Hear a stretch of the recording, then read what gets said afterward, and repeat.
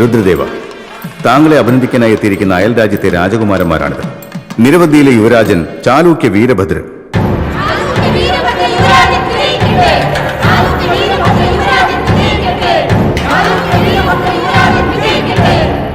യുവരാജൻ, അങ്ങയുടെ സാഹസങ്ങളെക്കുറിച്ച് നമ്മുടെ ഗോദാവരി തീരത്ത് പല കഥകളും കേട്ടു. നമുക്ക് നടത്തിയാലോ ഒരു പ്രകടനം? വർദ്ധമാനപുരം ബാലഗുരു ഗോനബുദ്ധ റെഡ്ഡിയുടെ പുത്രൻ ഗോന ഗന്ന റെഡ്ഡി.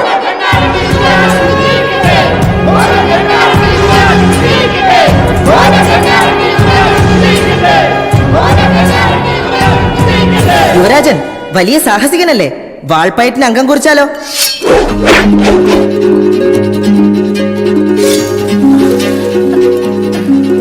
2 വയസ്സ് ഇളയവനാണ്. എങ്കിലും യുദ്ധവിദ്യയിൽ വീരശൂര പരാക്രമി എന്ന് പേരെടുത്തയാളാ ഗോനഗന്ന റെഡ്ഡി. അങ്ങനെയാണെങ്കിൽ ഒരു കൈ നോക്കിക്കളയാം.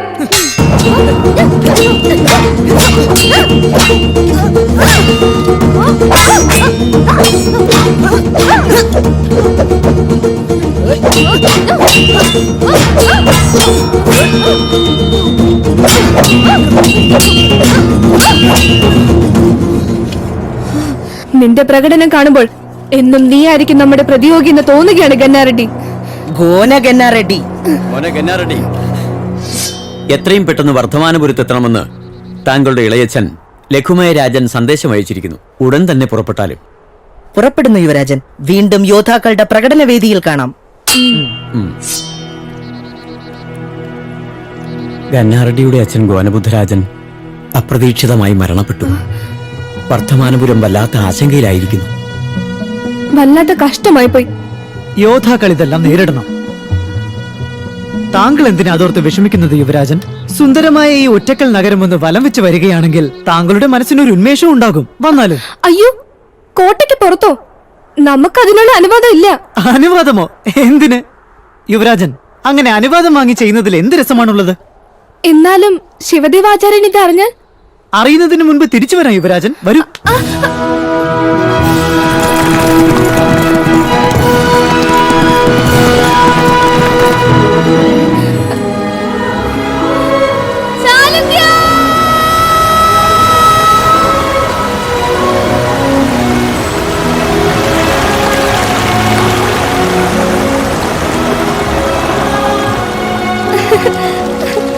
ഈ ജലപ്രവാഹം നമ്മെ പോലെ തന്നെ തുള്ളിച്ചാടുന്ന കണ്ടില്ലേ?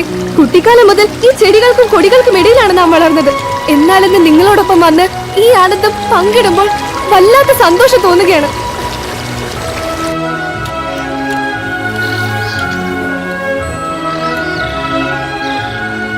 കൊള്ളാം യുവരാജൻ. ഇത് കാണാനാണോ ഇവിടേക്ക് ഓടി വന്നത്? ഈ ശില്പം താങ്കളെ വല്ലാതെ ആകർഷിച്ചെന്ന് തോന്നുന്നു. ഈ പണ്ഡിതന്മാരായ ശില്പികൾക്ക് എന്തെല്ലാം സങ്കല്പങ്ങളാണ്! ഭാവനകളും കലാനൈപുണ്യവും കൊണ്ട് സ്ത്രീകളെ അത്ഭുത സൃഷ്ടികളാക്കുന്നവരാണവർ. സ്ത്രീയോ? അല്ലെങ്കിൽ യുവതി. ആ മാറിടത്തിന്റെ ഭംഗി നോക്കൂ. രതിദേവി പോലും പരാജയപ്പെട്ടു പോകില്ലേ? ഈ അരക്കെട്ടാകട്ടെ, സാക്ഷാൽ മേനകയും ഇത് കണ്ടാൽ മയങ്ങിപ്പോകും.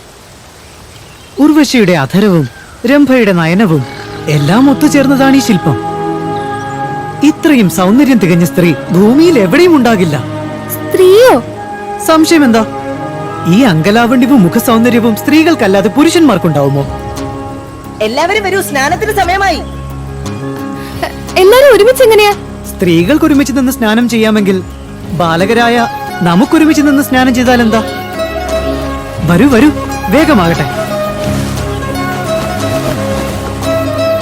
വരൂ യുവരാജൻ.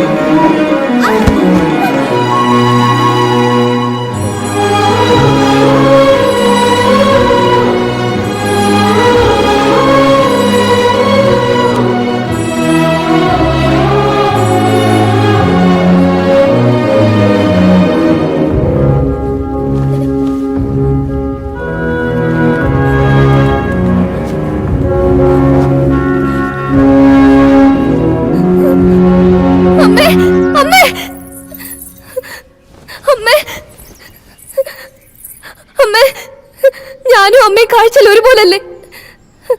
എന്നിട്ട് എന്റെ വേഷം അമ്മയെ പോലല്ലോ. എനിക്ക് മാത്രം എന്താ ഇങ്ങനെ?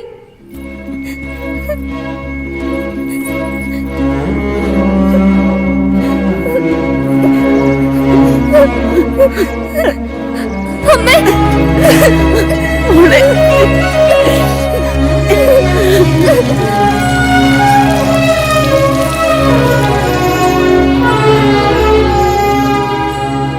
ജനിച്ചത് പെൺകുട്ടിയായിരുന്നിട്ടും അത് ആൺകുട്ടിയാണെന്ന് പറയേണ്ട നിർബന്ധത്തിലായിരുന്നു.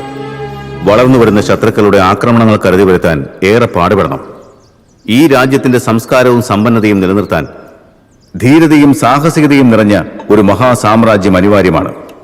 ക്ഷത്രിയർ, ഇക്ഷ്വാക്കൾ, വൈഷ്ണവർ, യാദവർ പോലുള്ളവരാൽ വാർത്തെടുക്കപ്പെട്ട സാമ്രാജ്യമാണ് നമ്മുടെ ഈ കാകതീയം എന്ന മഹാസാമ്രാജ്യം. 4 അതിർത്തിയിലുമുള്ള ദേവഗിരി സേവകർ, പാണ്ഡ്യർ, വംഗദേശക്കാർ, ഹൊയ്സാലർ, കൂടാതെ സ്വാർത്ഥത മാത്രം സ്വായത്തമാക്കിയിട്ടുള്ള സ്വന്തം ബന്ധുക്കൾ, ഇവരെല്ലാം തന്നെ അധികാരത്തിനായി ആർത്തിയോടെ കാത്തിരിക്കുന്ന ചെന്നായ്ക്കളാണ്. അവരെ ചെറുത്തു നിൽക്കാൻ പടബലവും പ്രജാബലവും നമുക്ക് ആവശ്യമാണ്. ജനിച്ചത് പുത്രനല്ല പുത്രിയാണെന്ന് ശത്രുപക്ഷത്തുള്ളവർ അറിഞ്ഞിരുന്നെങ്കിൽ കാകതീയ സാമ്രാജ്യം എന്നേ മണ്ണടിഞ്ഞു പോയേനെ. രാജകുടുംബത്തിന് കൊലക്കയറും പ്രജകൾക്ക് കാരാഗ്രഹവും സമ്മാനിച്ച് ശത്രുക്കൾ നമ്മുടെ രാജ്യത്തെ നിഷ്പ്രഭമാക്കി കളഞ്ഞേനെ. അതൊഴിവാക്കാൻ, പ്രജകൾക്ക് ആത്മധൈര്യം പകരാൻ നിന്റെ ജനനം ഒരു സമസ്യയാക്കേണ്ടി വന്നു ഞങ്ങൾക്ക്. ബാല്യകാലമായതുകൊണ്ട് ഇതുവരെ നമുക്ക് ലോകരെ കബളിപ്പിക്കാൻ സാധിച്ചു. ഋതുമതിയായ പെൺകുട്ടിയെ ആൺകുട്ടിയാണെന്ന് വിശ്വസിപ്പിക്കാൻ ഇനി നമുക്ക് സാധിക്കുമോ? ഇതുവരെ നമ്മുടെ ഉദ്ദേശം നടന്നു. ഇനി പരിണിതഫലം എന്തു തന്നെയായാലും അത് നേരിടുക തന്നെ വേണം. സഭയിൽ പ്രഖ്യാപിക്കാം. അതിനുവേണ്ട ഏർപ്പാടുകൾ നടത്തൂ.